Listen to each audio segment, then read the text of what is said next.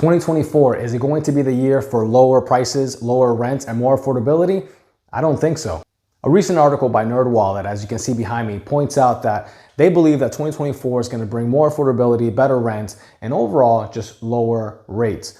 Now, I can say that I partially agree with this article, but I disagree when it comes to the affordability. Let me explain. So when it comes to lower rates, we're already seeing a reduction in rates. They had already said that by the spring, we were going to be at about 6.5%. Now, we are already just shy over 7 on the average 30-year fixed rate. So that does 100% point towards lower rates for 2024. On top of that, the Fed is talking about cutting down their rates, which, by the way, doesn't have a direct impact on interest rates. It's indirect impact, it's an indirect correlation to interest rates. And we can get into that later, but that's more of a lender question.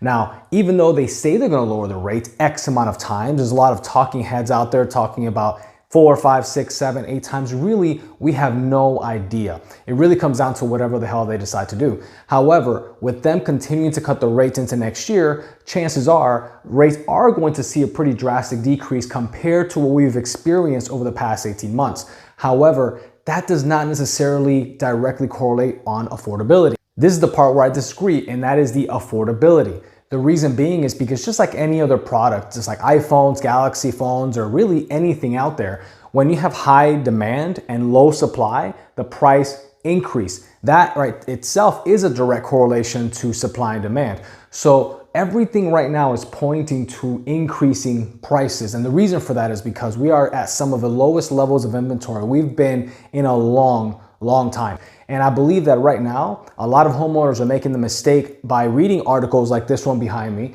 saying that we're going to have better affordability, lower rates, and everything like that. And they're saying, well, we're going to wait to purchase until the interest rates are lower. And because the economy is doing okay, but not great, or it's doing horrible, or whatever their interpretation is, they believe that they're going to be able to afford more house later because the interest rate is lower.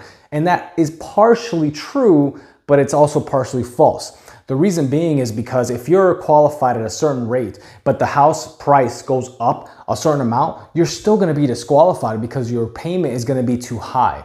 So when it comes to affordability, something to keep in mind is that even if you have to restructure your loan later at a lower interest rate or refinance later at a lower interest rate, it's better to buy the property now, or to at the very least start the process now to buy the house before the spring and summer demand skyrockets. In Florida, we always see an influx during the late spring and early summer. So before that happens, if you're looking to buy a house, my advice to you would be to get out there, get pre-approved, and really start the process, because later on, when that affordability drops, again, I disagree with this article in that point, it's going to affect you later, because now you're going to be buying a house that's $50,000 more because the demand skyrocketed as soon as the interest rates come down.